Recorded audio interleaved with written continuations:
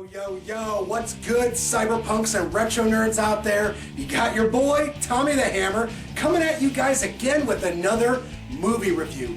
Tonight we're going to be checking out the early 90s animated film called BEBE'S Kids. And this is based on comedian Robin Harris's stand-up routine. Apparently, he used to tell a story that was very similar to the story that's in this animated feature. Unfortunately, Robin Harris died a couple of years before this movie was actually released theatrically. Regardless, I haven't seen this movie in many years, well over a decade. You guys know this routine. Check out the trailer, peep that shit when we get back. Y'all motherfuckers are gonna know my opinion on BEBE'S Kids. These kids have got energy. These kids have got attitude. It ain't time to go. You trying to leave us? These kids have got 12 hours to drive two adults out of their minds. BEBE'S Kids. We don't die, we multiply. Pee-wee, put it down. Pee-wee. It's animation with an attitude. Rated PG-13. Starts Friday, July 31st at theaters everywhere. I wanted to pick titles that were a little bit different, a little bit off the beaten trail, and I was coming at things from the angle where I wanted to touch on different genres, different decades, and different themes. And one of the main genres that I wanted to touch on was the animated genre. And I realized today, 2021, there's a multitude of cartoon movies, CGI films, animated features that have a diverse cast. Well, that wasn't the case back in the day, and BEBE'S Kids was made in the early 1990s.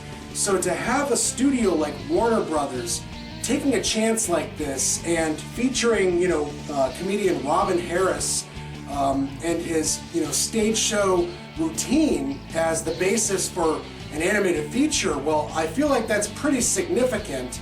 And this movie is definitely a product of its time period. The overall animation style is very early 90s, which, that within itself feels kind of late 80s. And that was the thing that drew me to this movie back in the day, was its animation style. I grew up watching cartoons, things like, Warner Brothers Looney Tunes, Tom and Jerry.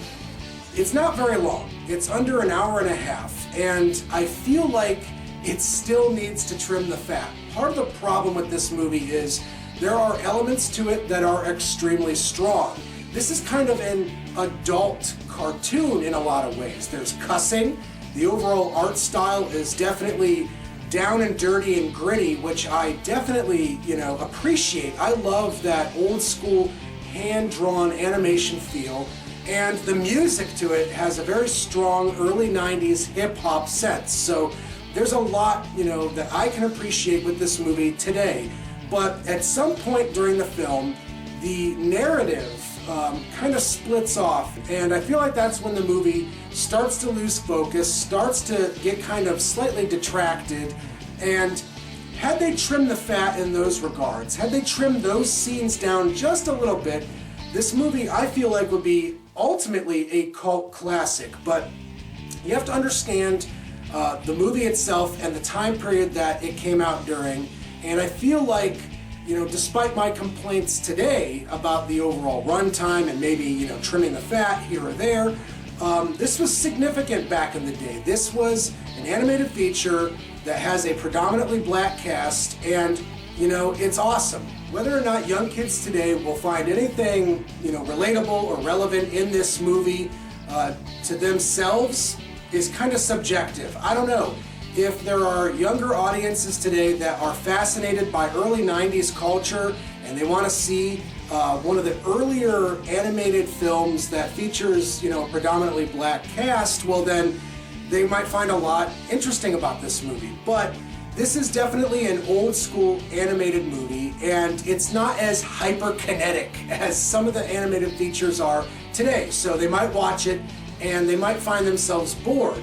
But anyone that is interested in the history of animation and the history of early 90s hip-hop scene will definitely find a lot about this movie to be fascinating. With all that being said, guys, out of 10 stars, I could give Bebe's Kids a solid 6.5, almost strong 7 out of 10.